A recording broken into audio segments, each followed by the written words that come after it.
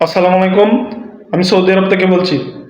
জাতীয়তাবাদী দল বিএনপির পক্ষ থেকে আজকে যে মনোনয়ন নাম ঘোষণা করা হয়েছে, বিশেষ করে ময়মনসিংহ ৩ গৌরীপুর উপজেলা যে নাম ঘোষণা করা হয়েছে ইকবাল হোসেন, তার নাম আমরা প্রত্যাখ্যান করি এবং মনে করি এটি বিএনপির পক্ষ থেকে, জনাব তারেক রহমানের পক্ষ থেকে এটি একটা ভুল সিদ্ধান্ত এবং এই সিদ্ধান্ত গৌরীপুরের মানুষ মেনে নেবে না।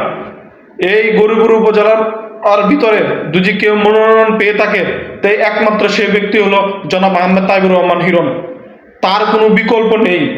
তাই আমি তারেক রহমান সাহেবকে একটা কথাই বলতে চাই, এই নাম আপনারা ডিসিশন পাল্টাবেন এবং সিদ্ধান্ত ভুল সিদ্ধান্ত বলে প্রমাণিত করবেন, এই নাম কাটে দিবেন ইনশাল্লাহ। যোগ্য ব্যক্তিকে যোগ্য সম্মান দিবেন, এটাই আমাদের শেষ কর্তব্য।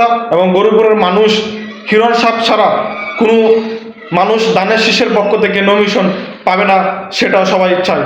এবং গৌরীপুরের মানুষ আশা করে তারেক রহমান এই সিদ্ধান্ত পাল্টাবেন ইনশাল্লাহ এবং যোগ্য ব্যক্তিকে যোগ্য সম্মান দিবেন, এটাই আমরা আশা করি।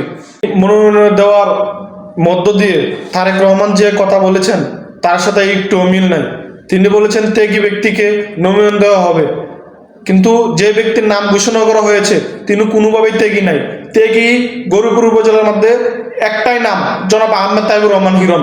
তার আপনি রেকর্ড গাড়িয়ে দেখেন, আমি বিশেষ করে বলছি তারেক রহমানকে, তার রেকর্ড আপনি গাড়িয়ে দেখেন, তার অতীতের কাহিনীগুলো দেখেন, সে মানুষের জন্য কি করেছে এবং কি তার জীবন থেকে বিসর্জন দিয়েছে, সে প্রতিটি কার্যক্রম আপনি দেখেন, তারপরে আপনি নাম ঘোষণা করেন।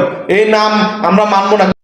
ময়মনসিংহ ৩-এ একমাত্র জনাব আহমেদ তাইবুর রহমান হিরণ, এছাড়া কোনো বিকল্প নেই।